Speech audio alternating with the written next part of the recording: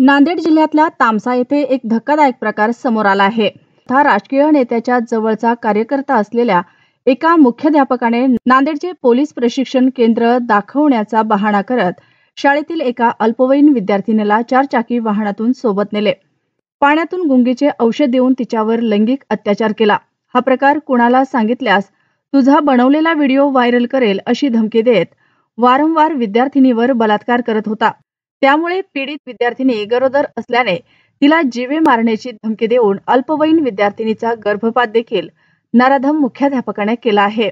घडलेला प्रकार कुटुंबियांना लक्षात आला असता आईच्या मदतीने पीडित मुलीने तामसा पोलीस ठाण्यात तक्रार दिली असून अत्याचार करणारा मुख्याध्यापक राजू सिंह चौहान याच्यावर पॉस्को अट्रॉसिटी विविध कलमांतर्गत बलात्काराचा गुन्हा दाखल करण्यात आला आहे। या अत्याचाराच्या विरोधात आज तामसा शहरातील व्यापाऱ्यांनी आपापली प्रतिष्ठाने बंद ठेवत घटनेचा निषेध नोंदवला आणि आरोपी विरोधात कठोर कारवाई करण्याची मागणी केली आहे।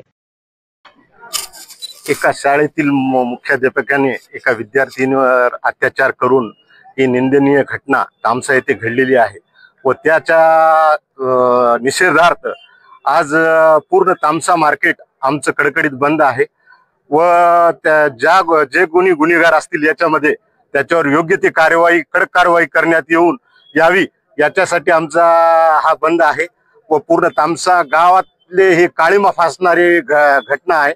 आजपर्यंत आमच्या तामसामध्ये अशी घटना घडलेली नाही व यापुढे असं करण्याची कोणाची ताकद होऊ नये यामुळे पूर्ण तामसाचं नाव आमचं खराब झालेलं आहे व अशा पुढे घटना होऊ नये याच्यासाठी योग्य ती कडक कारवाई व्हावी हीच आम्ही पोलीस स्टेशनला निवेदन दिलेले आहे। त्यामध्ये घडलेली घटना अतिशय निंदनीय आहे।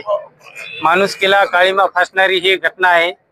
ज्या कोणी आरोपीने हे कृत्य केलं हा तर संबंध महाराष्ट्रातील शिक्षण विभागावर अतिशय याचा भयंकर असा परिणाम होणार आहे। शिक्षकाला ज्याप्रमाणे आपण गुरु म्हणतो त्यात हरामखोरांना असा प्रकार तामसा शहरात केलेला आहे। आतापर्यंत अशी घटना आमच्या शहरात घडलेली नाही।